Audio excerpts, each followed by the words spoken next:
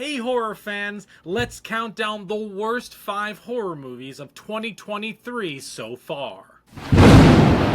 Welcome to Talking Horror. I'm producer Bryan from the Talking Horror podcast, and I've seen 31 new horror releases in 2023. We are about halfway through the year, so I want to count down the worst ones I've seen this year. Now, remember, these are my opinions. Let me know if you actually like them. Would love to have a conversation. But here are my bottom picks.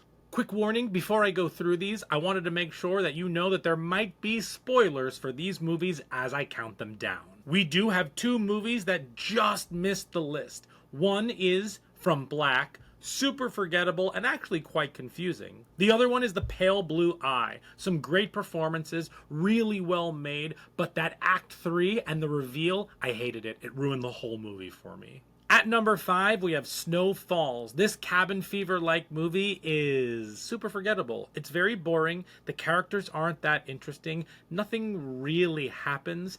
And the gore is fine in some places. I don't think it does a good job of breaking down all of these characters, their relationships, and how they're planning on surviving and how they all fall apart mentally. Not for me. I was hoping for something more from this one. At number 4, we have Fear the Invisible Man. This feels like a wildly mediocre, not even mediocre, BBC production of The Invisible Man. It's really boring.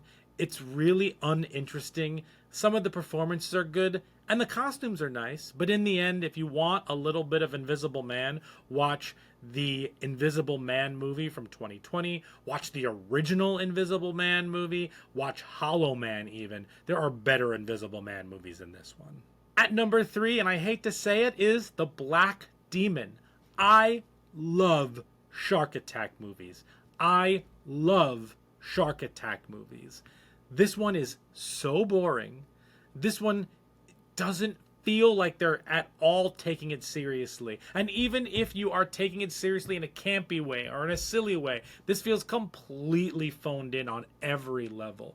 The shark attack sequences are not enjoyable. The characters aren't likable. And I think they had a really interesting concept here where the shark is kind of like a curse for the humans destroying the waters and all of that ecological, thematical elements. But man, it's just boring in the end. What a bummer. At number 2, we have the found footage movie, The Outwaters. This starts out really strong. Its premise is really interesting, them going to film a music video in the desert, essentially.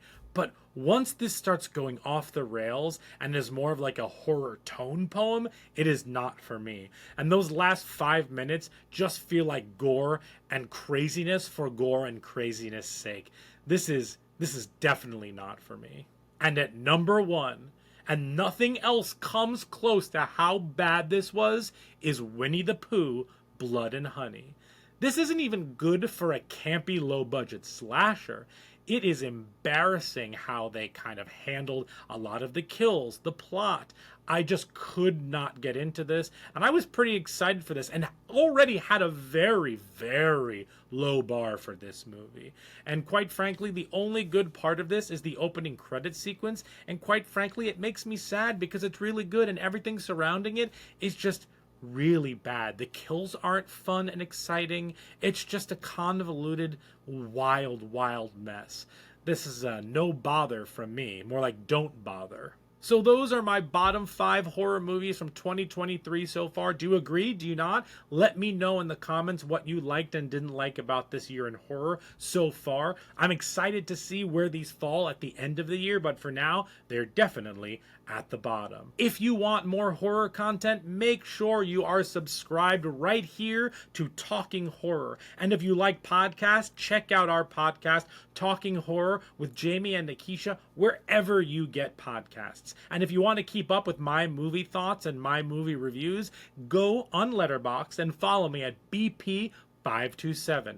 Anyway, we'll see you soon with more spooky stuff.